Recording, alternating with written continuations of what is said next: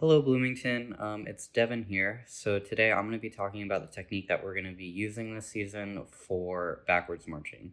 So a lot of students kind of struggle with backwards marching, or they don't really necessarily enjoy it, which makes sense. We don't walk down the street. We don't walk in this world backwards. We walk forwards, right? So it makes sense that there's a little bit of apprehension when it comes to backwards marching. It doesn't always feel the most natural to us. So the technique that we're going to be using is actually going to combat all of that. I feel like I've gotten to a place in my marching career where I actually love marching backwards because I feel like I found a way to do it that is really natural, easy, just like as relaxed as possible. So to get started, for our technique, I'm going to keep two rules in mind as we're going to go through this. So the two rules of backwards marching that we're going to use is one, tension anywhere equals tension everywhere. The goal of all of this is to stay as relaxed and natural as possible, to make this easy so that we don't have to focus on our marching technique. We can just focus on playing our instrument and making a pretty sound. So one, tension anywhere equals tension everywhere. I'm going to repeat it just so that it stays in your head. Tension anywhere equals tension everywhere. And then rule number two is Newton's, I guess, third law maybe of motion, but it's every action has an equal but opposite reaction. And we'll get to that later. So a term that we're going to be using when we talk about backwards marching a lot is the platform. And we talked about it with forward marching too, but it's huge when it comes to backwards marching. So what do we mean when we actually mean our platform? So the platform is a part of the foot or the shoe that's actually touching the ground. So for example, if I have a shoe here, the platform is the part that's actually like on the ground. So if I'm backwards marching, I want our goal for our platform to be pretty much most of, like, at least the top half of the shoe, most of what's above this like black line. Um, so that's a lot. That might be more than what you guys are used to in the past. The goal for backwards marching and why we want to use kind of a bigger platform is because we need to be as stable as possible on the ground in order to stay as relaxed as possible. And so, if you've been around this program for a couple of years or you've been around marching band for a while, you may have been taught at some point that you want as little of your foot on the ground as possible. That's just because back in the day, in marching band, it was common to practice on grass. And if your heels are too low to the ground on grass, you're just going to fall. So, technique was developed where you stay super up high on your toes, and it's not really a stable position. It puts a lot of stress on your ankles, and like I said, tension anywhere equals tension everywhere. So if you have stress in your ankles, your whole leg gets kind of like tired, and it's not great. We don't have to practice on grass. We practice solely on parking lot or turf, and we perform on turf. So having a lower platform lets us stay stable in the environment that we actually march in. We don't need to stay high up on our toes because we don't practice on grass. Step one of finding your platform or of developing this technique is to find the platform where you feel the most stable. So how you're going to do that is what I want you to do is we're going on a field trip. So we're going to find this by going all the way up into the releve and then lowering down until we find that spot where you feel comfortable. So if you see me, I'm standing here. I'm going to go all the way up on my tiptoes as high as I can. Then I'm going to slowly lower down. See how I'm kind of unstable? So I'm going to lower down until I find a spot about here-ish, about where you can slide a piece of paper under your heel. And that's kind of my platform. Like I can do a couple little bounces. I can hang out here for like a while and have a conversation if I wanted to. Like, if you look from the front, it doesn't even look like I'm that high up off the ground. But I am. There's space. You can see it when I turn sideways. And this is where I feel the most stable. Can do some bounces, get some toe taps in here. Like I just am in a good position. So that's that's the platform that we're gonna use to backwards march. So rule number two, so now that we have our stable platform, we also want to keep our ankles relaxed. So you just saw me do those toe taps. But if your ankles are really relaxed and you're really stable on your platform, you should be able to just kind of like, so I'm going up, down. You should be able to just kind of be able to like take some steps, right? And these are ankle taps. But once you feel like really nice in this position, and you got some bounces, you got some toe taps going, you should be able to kind of like start walking backwards. And this is kind of like the base way to get that going. All right, so we got our platform, we got our ankles relaxed. The next thing is how to actually move the leg. So your hip socket, like we all know, is like a ball and a socket joint. So we have basically our hip bone and we have our hip joint, and it kind of moves around like this, right? So using the joint to kind of rotate the leg makes it so that you don't have to muscle your way back. And that keeps tension from creeping into your marching. And it also, if you use your hip to move your leg, then your knees aren't doing any work. Your ankles aren't doing any work. Like, that's kind of the most efficient way to propel your entire leg, is just to do it from the top, right?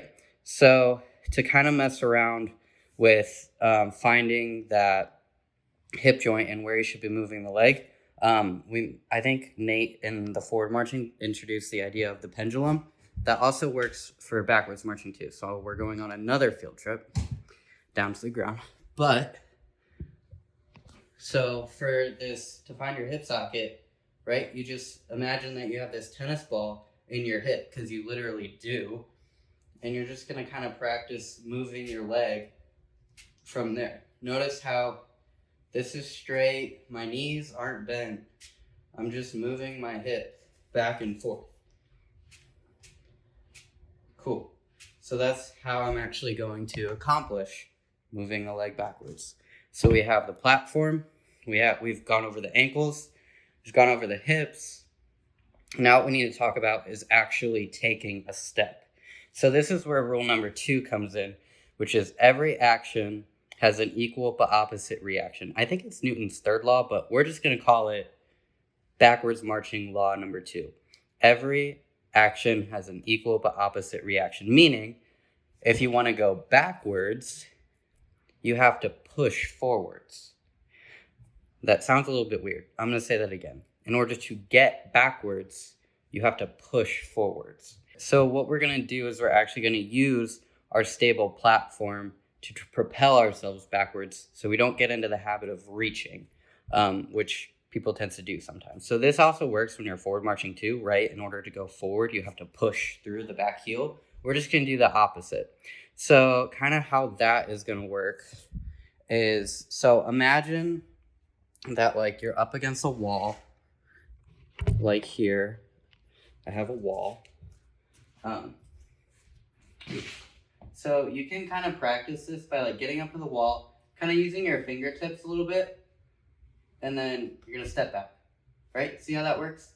So the wall is kind of like your guide to like push. So I'm pushing off the wall to go backwards, right?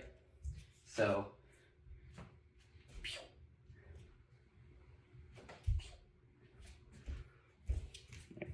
and that's also another reason why having such a stable platform is important, because if more of your shoe is on the ground, then you have more surface area, you have more room, you have something bigger that's actually propelling yourself backwards. To where if you were like all the way up on your heels, then you just have like this much of your foot, you just have like the tips of your toes where you can push, and that's not a super stable position, right? So we've gone over finding the platform. We've gone over keeping the ankles relaxed. We've gone over moving from the hip. And we've talked about actually pushing to go backwards. So what's left is, well, we have our lower body. What about our upper body, right? We're actually playing with our upper body, whether you're like up like this or this or this.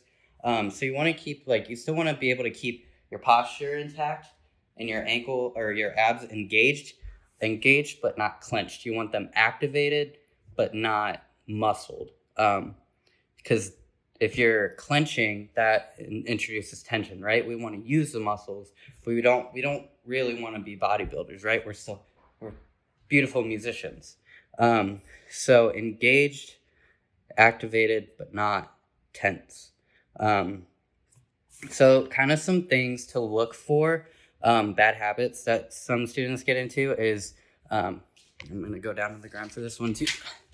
Okay, so some habits that students get into is losing the ski track of their feet. So imagine you're wearing a pair of skis. You know how if you have like skis on and you cross your legs, like the skis aren't parallel. They're gonna cross and you're gonna fall, right? Well, same goes with backwards marching. We want to keep our feet in this ski track when we're moving backwards and forwards to avoid anything like falling over ourselves, right? That's not super helpful. Another thing that students tend to do sometimes is leaning too far back and falling every step, or leaning too far forward, and kind of then your front leg has to like bend for you to like push back, and we don't want that either. So we kind of went over the posture exercise at the beginning. Like you don't want your hips too far back, you don't want them too far forward. You just want to find this nice place in the middle. So another fun analogy that I like to use with backwards marching is if your feet are in a ski track and they're parallel and they're not too far in and too far out, and you're properly pushing off your front platform, that's kind of another way to accomplish this fun thing that we all know and love.